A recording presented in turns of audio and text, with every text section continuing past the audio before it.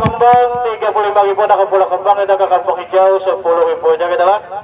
Susu mata pulau 5.000 tujuannya Pasar Lama Antasari pulau.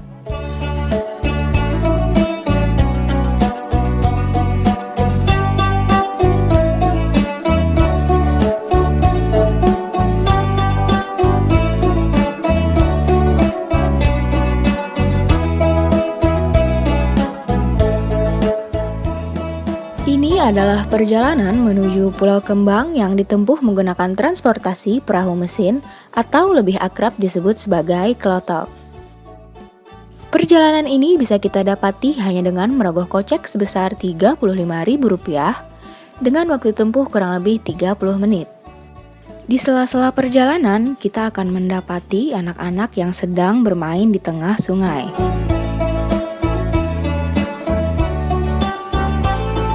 Perjalanan ini dimulai dari dermaga Klotok di Siring Tendean, kemudian berjalan melewati pemukiman warga mulai dari Pasar Lama, Kuin, hingga ke tengah Sungai Barito.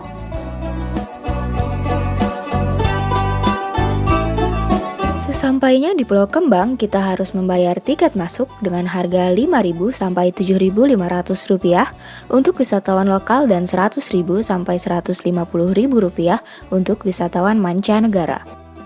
Pulau Kembang ini merupakan salah satu hutan wisata yang terletak di wilayah Kecamatan Alalak, Kabupaten Barito Kuala, Provinsi Kalimantan Selatan. Pulau Kembang ini merupakan habitat bagi kera berekor panjang atau monyet. Monyet di sini jumlahnya terbilang sangat banyak dan berkeliaran lepas di mana-mana. Mereka sering mendatangi pengunjung untuk meminta makanan. Tapi kita tidak perlu takut karena akan ada beberapa warga lokal yang menjadi pemandu wisata dan juga ada penjual makanan seperti kacang-kacangan untuk diberikan kepada monyet-monyet tersebut.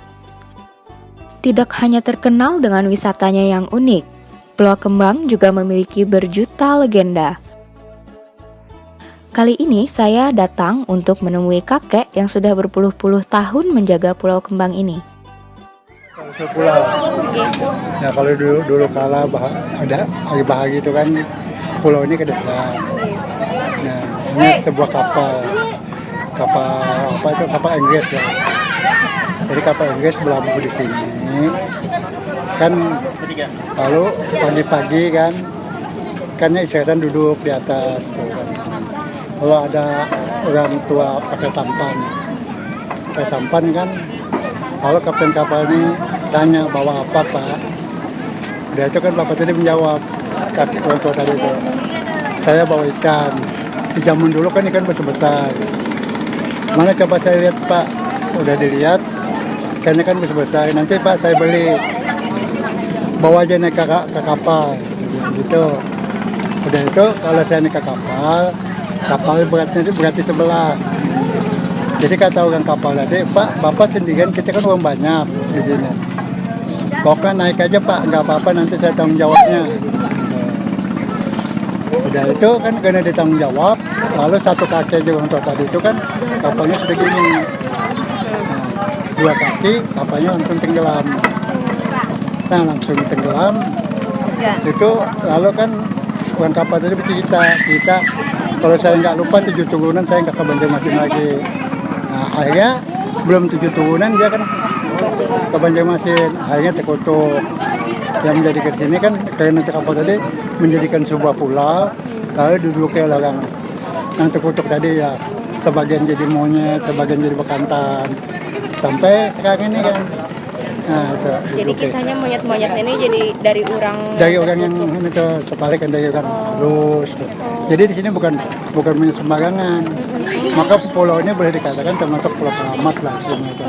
Karena pulau ini seperti ada aja kan, wah bohong aja nggak bisa nanti ditagihnya. Gitu. Kadang-kadang kita dapat sakit apa itu ini ya.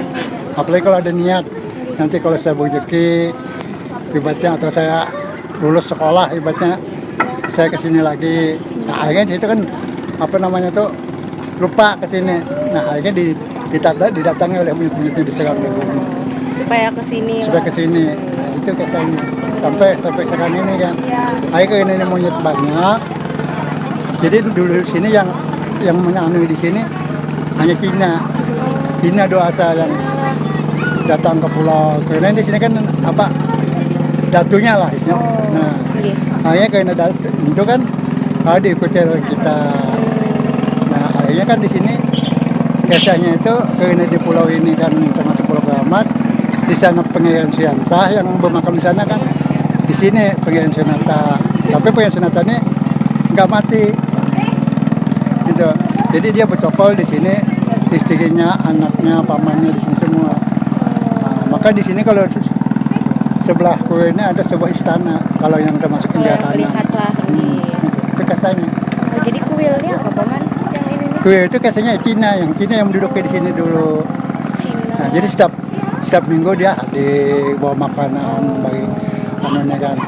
Nah, diikuti loh kalau kita ini kan. Gitu.